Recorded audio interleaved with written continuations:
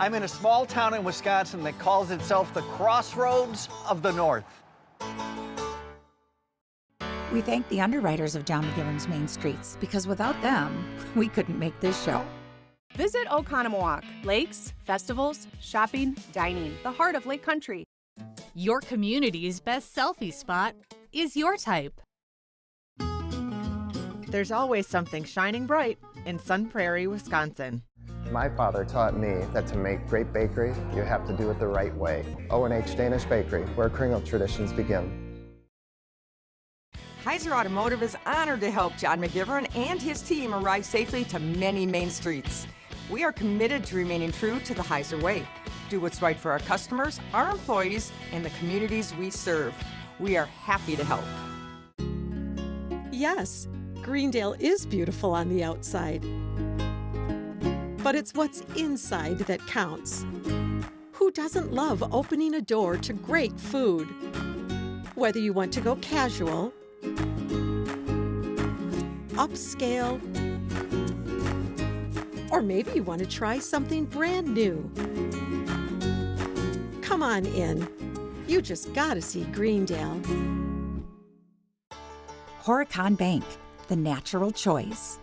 West Bend Insurance Company, the silver lining. The Friends of Main Streets, and the Friends of PBS Wisconsin. Thanks, underwriters.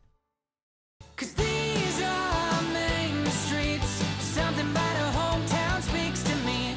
There's nowhere else I'd rather be. The heart and soul of communities right here on these main streets. I am in Spooner, Wisconsin, which is a community of about 2,600 people in Washburn County. The city is called Crossroads of the North, and it's because it's where U.S. Highways 53 and 63 and State Highways 70 and 253 all converge. Now, there's always been a debate about what qualifies as up north in Wisconsin. I'm going to go out on a limb and I'm going to tell you that Spooner is up north, Wisconsin. Emmy, I'm presuming that the history of Spooner has got something to do with the railroad. Something to do with the railroad? It's got everything to do with the railroad.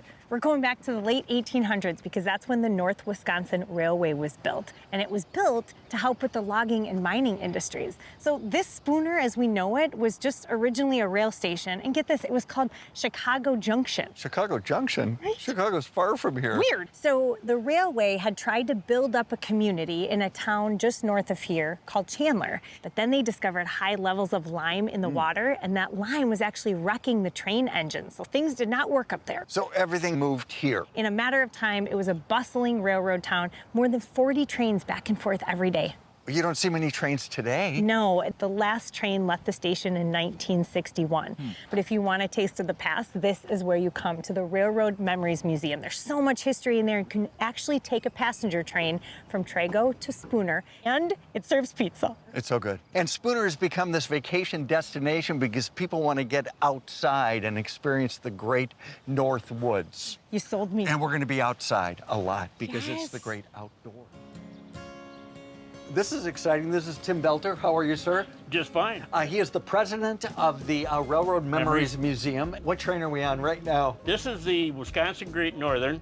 It's an excursion train. It's owned by Greg Vreeland, good friend of mine, and he's a good friend of the museum. And he's got a dinner train. He's got a pizza train, which is very popular. You know, before we took off, there was a pizza train that came in, and I was talking to little kids, and they were all giggling and so happy to take a train ride. And that's great.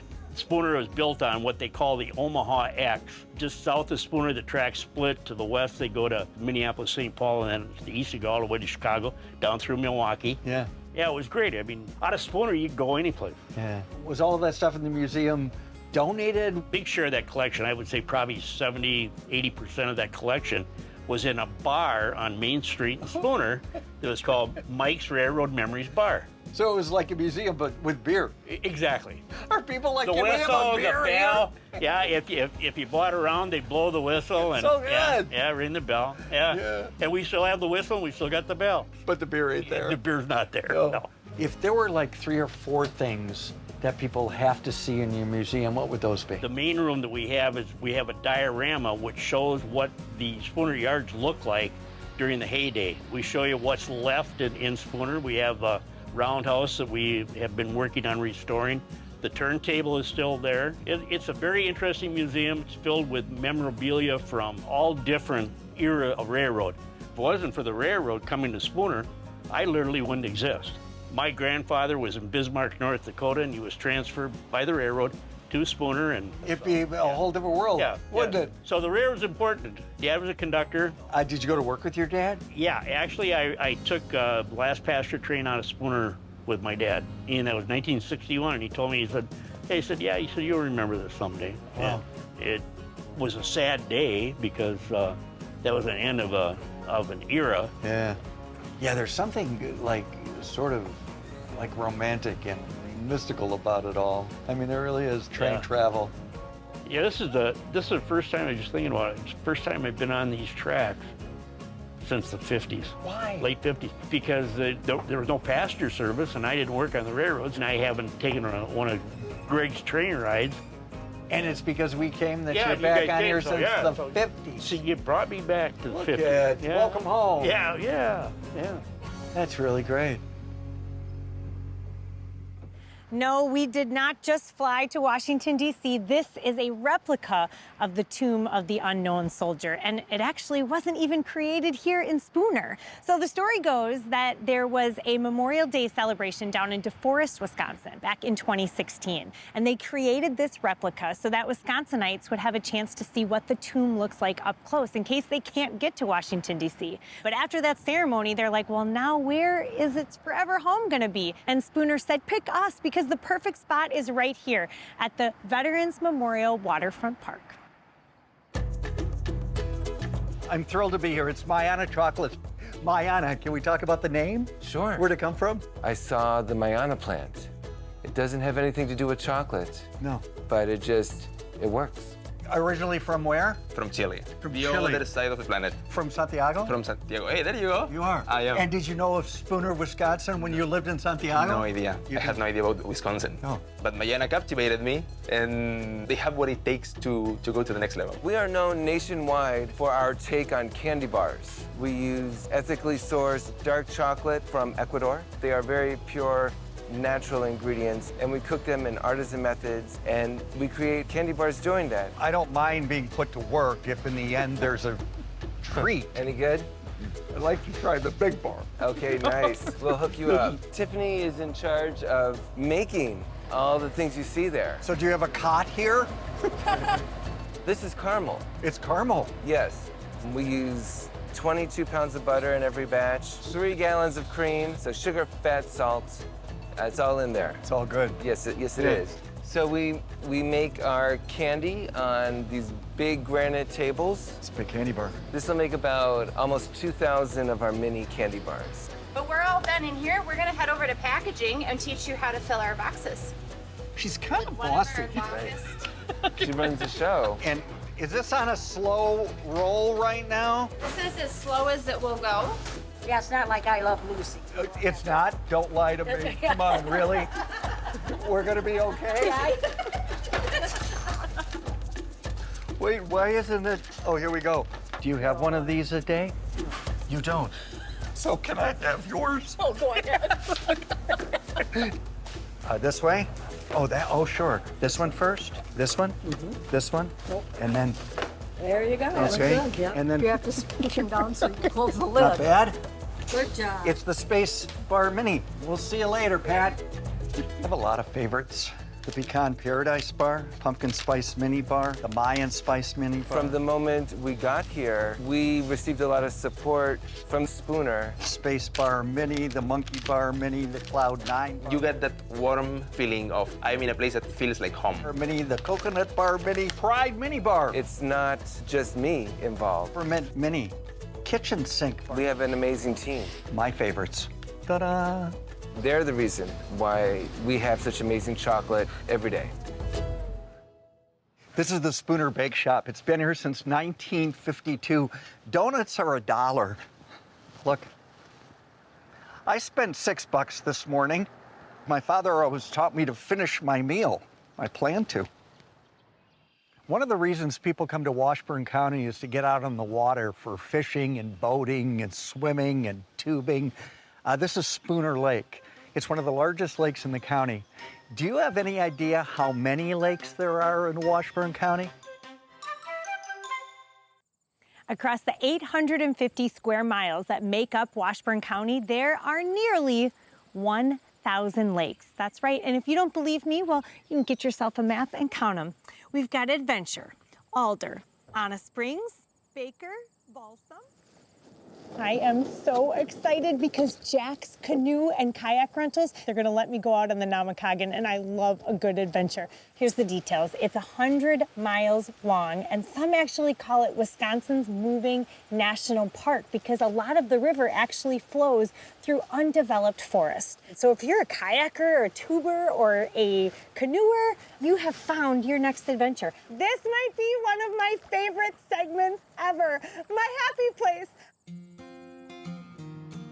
We're at the Wisconsin Canoe Heritage Museum. What can people expect to see here? Well, we've got canoes from the turn of the century all the way through modern canoes. There isn't another museum in the United States devoted solely to canoes. The museum was started with the collection of Jill and Jeff Dean. That was about 25 canoes. We're up to about 60 or more now. They've been around longer than we believe, though, don't you think? Oh, they've been around thousands of years. I mean, originally they were used for traveling, hunting by the Native Americans. The oldest one in this building is how old? We have one that's from the 1870s. Okay. But we do also have a dugout canoe that we don't know. Let's talk about this one. Who's sitting there? The guy that pays the big bucks. They were built specifically for use on the Brule River, sometimes called the President's River because there were a number of presidents vacationed on the river. You got the big fancy seat, and the guide would pole the canoe, and he would take you around the river while you fly fished. These two together are one of my highlights. We put them together to show how similar they are. The construction, you've got the ribs going this way, you've got planking going this way. Right. And then you've covered it with something. This is the same thing, it's just covered with canvas. Before that, you had to have somebody that knew how to make you a birch bark canoe. That was not easy. We maintain a shop that people can come and use on their own for their own personal projects. That's the fun thing about doing the restorations, is seeing how they were doing this a long time ago and how much nicer the wood was back then. It's kind of becoming a lost art, and the materials are becoming lost also. When they're in here building, it's their canoe. I show them how to do it and help them through the process, but they have to do the work. Joe's got a canoe over here that he's staining right now. It was made in 1896, so Oh, wow. It's fascinating to me that something can last 120 years, and every once in a while need a tune-up. And when will you have to do this again? Another 120 years. Is that right? Is that really? It won't be me. So this was nothing 4 months ago. Had you done it before? Never. I'm just a retired school administrator. Never thought in my wildest dreams I'd be building a canoe. My son built one this winter. He liked it so much I decided to build one myself. So it's a little smaller with just one seat. But you wanted to use this for dating or something, that you needed 2 seats? You'll take this guy out? Yes, I really like to paddle a lot of quiet Wisconsin lakes. Paddle around and see what's out there and maybe take the occasional nap. You still have some time to put this out, don't you? Tonight, I think. You're taking it I'm taking it home tonight. Should we help? Yeah. It's really beautiful. I don't build it. Bill did. Okay, Emmy told me to meet her on the trail by the stop sign. I believe this is the trail. I believe that is the stop sign. And I think this is Emmy. Hey, howdy, partner! What are you doing? Oh, I'm riding the trail, silly! Do you have room for me? Of course! Do you have a helmet for and me? a helmet. Okay, here we I go. won't even mess up his hair. Are you ready? Get in here. Do you know what you're doing? No. Okay, are you set? Is there, okay, very good. I can't see a thing. There we go. All set? All right. Let's go. Here we go. Help me! I won't crash you into them, I promise. There are over 100 miles of trails here in Washburn County. 100 miles. You've been on all of them? Who needs a car? How do you know where you're going? Well, you have the map, right? Because I do not have the map. I don't have the map, Oh, but I know this is goodness. the way to town. Okay, So I that- want to show you something. So this is where the ride stops. You're good at that. You want to do all 100 miles? Well, it's up to you. So the reason I brought you here, so this is Railroad Park, and this whole park is an ongoing project to preserve the historic Spooner Roundhouse and Turntable. Okay. And then they're expanding this into a beautiful 13-acre park. It's gonna have everything. So we're talking pickleball, volleyball, a kid's playground, a band shell. I mean, I just love when a community comes together for the greater good. I do too. And when we get back in this thing, you're driving. I'm telling you, this is what you're meant to do. All right. We're at the Governor Thompson Fish Hatchery. We are here to talk about these guys, aren't we? Yep. On average, we raise about 300,000 walleyes up to about 6 or 7 inches every year. Yeah. And we raise between 20 and 40,000 muskies a year, and they're about 12 inches long in the fall. A lot of the lakes we stock, we're trying to reintroduce kind of a natural reproducing system, and then some systems just won't take it all, and we just want to maintain them. So are walleye and muskie, are they all over the country? Is Wisconsin the best place to do it? Well, of course, Wisconsin is the best place to do it, but yes, a lot of other states do have walleyes, and other states have muskies as well. That was done to show the seasonal progression of what actually happens. Oh, great. I tried to depict the different habitats that the different fish use. Do you still do artwork? I do, although on a limited basis. This scale? No. Never again will I do another mural. Why? That thing took 5 years. Now what do you do here? I act as a naturalist and a tour guide, and it's a very, very cool blend of getting to share with them the cool things that are going on here and educating people a little bit about good practices for water quality. So spawning is the actual act of fertilizing the eggs? Yes. So how do you get the eggs? Here's my fish. Roughly the size of a muskie. It sure is. You're gonna line that fish up and squeeze its belly over the pan. I'm squeezing the belly. Oh! The eggs are now in the pan. And that's how you spawn now a fish. Now you call the guy over, and he fertilizes these. He will fertilize the eggs. You move through summer, and walleye are gonna hatch in those rocks. We call these little guys fingerlings. They're about 2.5 inches. Okay. This is probably gonna be mid-June through July. A jar this size with about that many eggs has roughly 300,000 walleye eggs. And how many of those will turn into fish? Will they all? Most of them, yep. Most of them will? Most of them will, yep. And we'll have a few hundred jars going along this whole area. Yeah. This truck alone can haul about 12,000 walleyes at a time. We can hook a pipe right to the back of the truck and pump them right into the lake. Everybody loves to go stock fish. Do they? Well, of course you do. Things that they worked at very hard all throughout the spring and summer. Payoff. That's the payoff, exactly. Well, the ultimate payoff is when the kid catches that legal walleye, right? You know, or they have their first muskie. That's the ultimate payoff. But in the meantime, that's pretty satisfying. When you're exploring all the great shops downtown, you want to remember to just keep looking up because there are 17 businesses on Walnut Street that still have their original tin ceilings. They are beautiful. Spooner, Wisconsin has some of the wildest business names I've ever heard of doing this show. Here, take a listen. Gypsy and the Frog, Purple Pelican Gallery. We have one called the Copper Horse. There's Alley Cat's Coffee, and I'm standing in front of the Wobblin' Duck Saloon. There's kind of an animal theme, but it's kind of weird animals. This cute little place on the corner, I mean, it's one of a kind. How many businesses can use the motto, been on the scene since 1915? The Spooner Mercantile can. Not only have they been family owned the whole time, they have everything. They have clothes, a great footwear section. You can even get your tux here, and they'll handle your dry cleaning. They'll even hem your pants while you wait. I mean, how many places do that? The customer service here, impressive. In all of the United States, there are only 2 Spooners. Do you know how this Spooner got its name? Spooner, Wisconsin got its name from a Wisconsin senator named Mr. John Spooner. And before he was in the Senate, he was a lawyer practicing railroad law. Everything comes back to the railroad here. We're at Man Brewing Company. It's a great room. Thank you very This much. brewing company, when did this happen? 6 years ago. So did you have a brewery before this? No, we're from Rochester. I retired from the Mayo Clinic and we moved to the cabin here in Spooner. And our daughter and I opened the coffee shop next door, the Dock Coffee, about 10 years ago now. Yeah. And it must have been over a beer or something that this idea came up. Yeah. And here we are. Does the whole family work here? Yes, They we do. have 3 kids. All 3 of them and all 3 of their spouses work with us. 6 months ago, we opened another restaurant, Strongman Smokehouse. So what are you doing?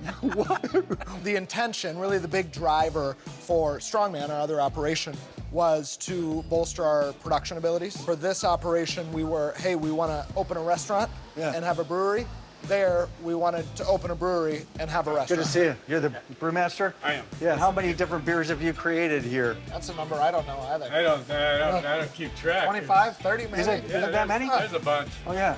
We have 16 products online right now. Then here, our menu consists of slightly elevated pub fare. We want things that people are comfortable with, that are approachable, but we also want to introduce a cuisine that's not really seen here much. So we put our own flair on, home favorite. I could never see myself going out to eat and saying, I'll have the meatloaf, please. But here, without question. Give me the meatloaf. Get the meatloaf. Get the meatloaf. So whose recipe is this? That's my baby. It's your baby? Yep. Meatloaf really goes right back to being at home at 5 o'clock when Absolutely. you're a kid, something that was always a treat. There's something about that comfort food that people really come back for. This is called a flight? It is. Do they finish this usually? I hope so. You do? Yeah. If they don't, I do. Well, wait, no. that's not going to make television. 6 years later, are you surprised at the success of this? Yeah, we're really pleased. It's been a You should fun be. journey. Yeah. Yeah. What's next? A nap is next. Yeah. As a kid growing up in Milwaukee, I loved Dale Evans and Roy Rogers and Trigger, but guess what I've never been to until today? The rodeo!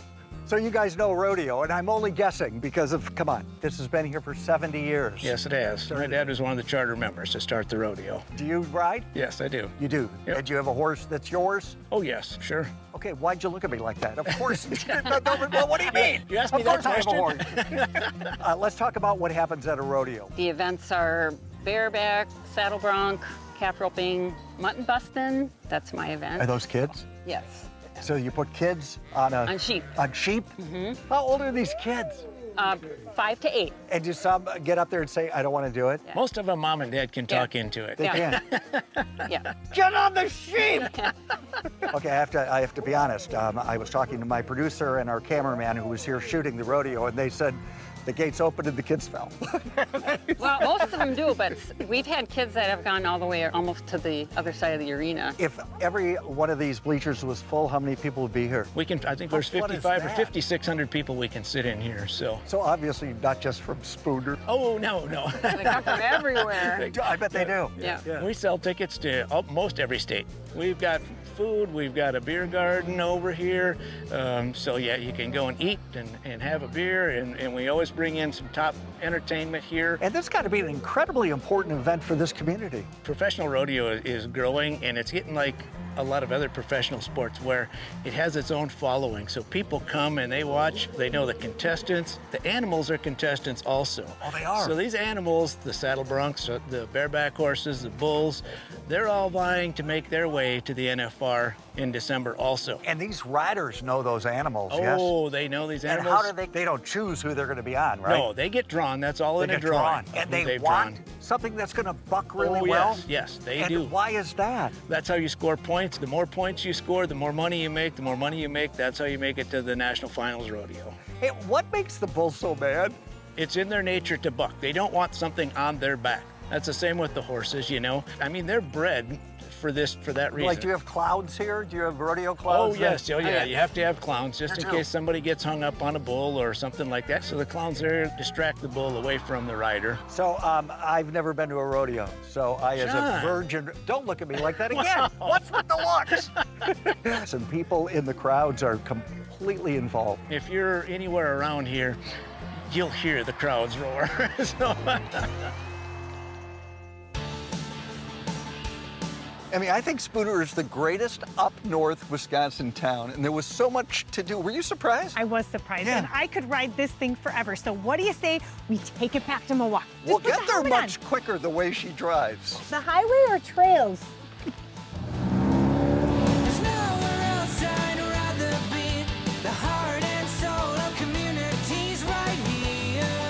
Am I going to heaven? We think so. You're a good guy. You're already in heaven. You're in Spooner. She's adorable. They built the North Wisconsin Railway right here. And Railway. I'll jump up and down. It was energy, but I've lost it. He comes back. There's here. Excuse me.